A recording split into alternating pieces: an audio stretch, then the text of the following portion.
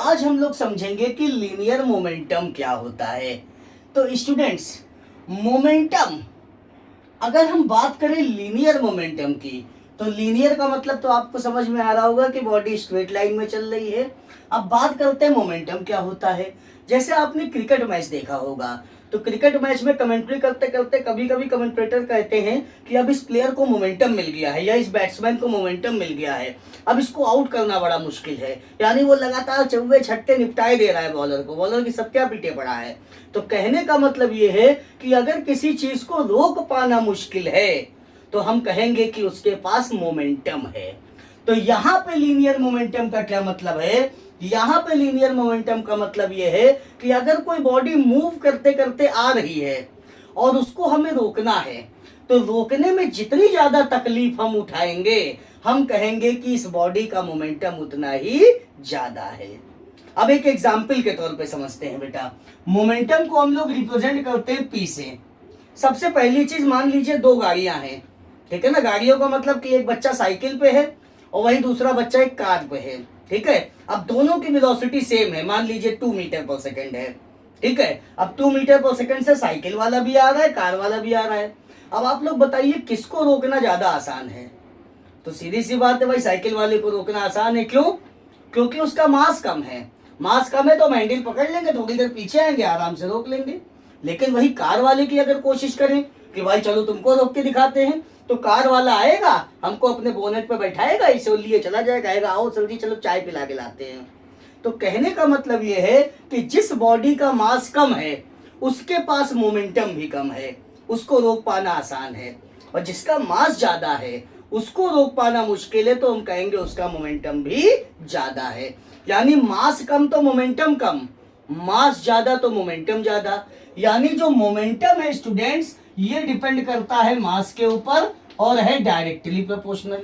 यानी मास बढ़ेगा तो मोमेंटम भी बढ़ेगा और मास कम होगा तो मोमेंटम भी कम हो जाएगा। पहला टॉपिक ये आपको समझ में आ गया होगा। अब दूसरा कॉन्सेप्ट समझते हैं। मान लीजिए कि साइकिल वाला बच्चा नाराज हो गया, उसने कहा कि अरे यार सर जी ने हमको रोक लिया और कार वाला सर जी को बोनेट पे बैठा के ले गया और जाके चाय भी पिलाया है। अब हम भी, अब हमारे पास बोनेट तो नहीं, मेडगार्ड में बैठा के ले जाएंगे और सर जी को चाय पिलाएंगे। अब वो सोचने लगा क्या किया जाए, तो उसने दिमाग लगाया। उसने कहा सर जी आप यहीं खड़े रहिए, हम ऊपर पहाड़ पे चढ़ेंगे, वहां से साइकिल लेके आएंगे, तब आप जरा हमको रोक के दिखाइएगा। अच्छा, हमने भी कहा चलो ठीक है। तो वो बच्चा चढ़ गया पहाड़ के ऊपर। अब जब पहाड़ के ऊपर चढ़ गया तो वहां से वो उतरना शुरू किया। उतरते हुए दिमाग लगाया, स्पीड भी मारता चला जा रहा है ताकि वेलोसिटी और बढ़ जाए।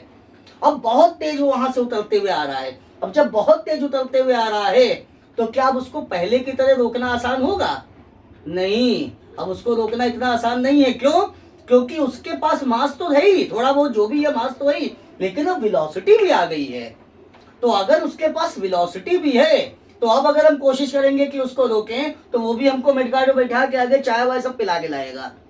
तो कहने का मतलब ये है कि जिसकी वेलोसिटी ज्यादा होती है उसका भी मोमेंटम ज्यादा होता है। यानी स्टूडेंट्स, जो मोमेंटम होता है it is directly proportional to the velocity. ये वेलोसिटी के भी डायरेक्टली प्रोपोर्शनल होता है। अब दोनों को कंबाइन करके फॉर्मूला बना लेते हैं फ्रॉम इक्वेशन 1 and 2। तो देखिए P दोनों में एक बार, प्रोपोर्शनल दोनों में एक बार, M इंटू वी। अब प्रोपोर्शनल का साइन हटेगा, इज इक्वल टू का साइन कांस्टेंट किया जाएगा। और स्टूडेंट्स यहाँ पर भी जो K की वैल्यू दी जाती है ये दी जाती है 1। अब जैसे ही K की वैल्यू हम 1 रखेंगे, now P will be equal to the mass into velocity. तो अगर आपसे कोई पूछे कि what do you mean by linear momentum, तो आप सीधे सीधे बताएंगे the product of mass and velocity it is known as linear momentum. अगर हम कहें कि इसका यूनिट क्या होगा, तो स्टूडेंट्स मास का हो गया किलोग्राम और वेलोसिटी का हो गया मीटर पर सेकेंड। अगर हम कहें डायमेंशन क्या होगा, तो किलोग्राम यानी मास का डायमेंशन m हो गया, मीटर यानी लेंथ का l हो गया और सेकंड का t होगा, ऊपर आएगा तो -1। अगर हम कहें ये कैसी क्वांटिटी है, तो स्टूडेंट सीधी सी बात है, मास स्केलर है और वेलोसिटी वेक्टर है। और जब एक स्केलर और वेक्टर का प्रोडक्ट होता है तो हमेशा ही वेक्टर क्वांटिटी मिलती है। अब ये वेक्टर क्वांटिटी है तो इसका वेक्टर फॉर्म क्या होगा? तो वेक्टर फॉर्म में क्या करेंगे, जो जो वेक्टर है उनके ऊपर एरो लगा देंगे। तो एक तो ये लीनियर मोमेंटम वेक्टर है, पी के ऊपर एरो लगा लिया। मास स्केलर है, वेलोसिटी वेक्टर है, तो वी के ऊपर भी एरो लगा लिया। सो स्टूडेंट्स, आई होप आपको समझ में आया होगा कि लीनियर मोमेंटम क्या होता है। कोई प्रॉब्लम हो तो कमेंट सेक्शन में आए।